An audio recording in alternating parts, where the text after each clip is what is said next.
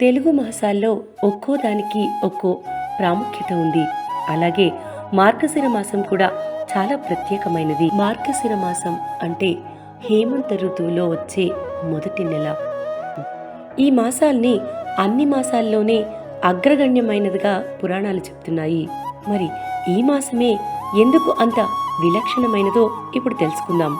మాసానాం మార్గశీర్షాహం అంటే సాక్షాత్తు శ్రీకృష్ణ పరమాత్ముడే ఈ మాసం అంటే నేనే అని స్వయంగా చెప్పినట్టు మన పురాణాలు తెలియచేస్తున్నాయి. ఈ మాసంలో చేసే ఏ దైవ కార్యక్రమమైనా తనే స్వయంగా అందుకుంటాడని ఆయన ప్రబోధ. అలాగే మార్గశిర ఏకాదశిని మోక్షద ఏకాదశిగా పిలుస్తారు.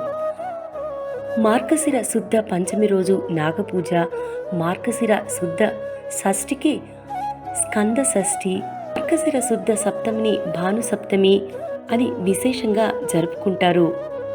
మార్గశిర అష్టమిని కాళభైరవాష్టమిగా పిలుస్తారు. వీటితో పాటు మార్గశిర గురువారాలు చాలా శ్రేష్టమైనవి, ప్రత్యేకమైనవి. మార్గశిర మాసంలో చేసేటటువంటి లక్ష్మీ పూజల వల్ల దరిద్రం తొలగిపోయి లక్ష్మీ కటాక్షం సిద్ధిస్తుందని స్వయంగా నారదుడు, పరాశరుడు తెలిపినట్లుగా మన పురాణ కథలు ఉన్నాయి. నమస్తేస్తు మహామాయే శ్రీపీఠే సురపూజితే శంఖచక్ర గదా హస్తే మహాలక్ష్మి నమోస్తుతే.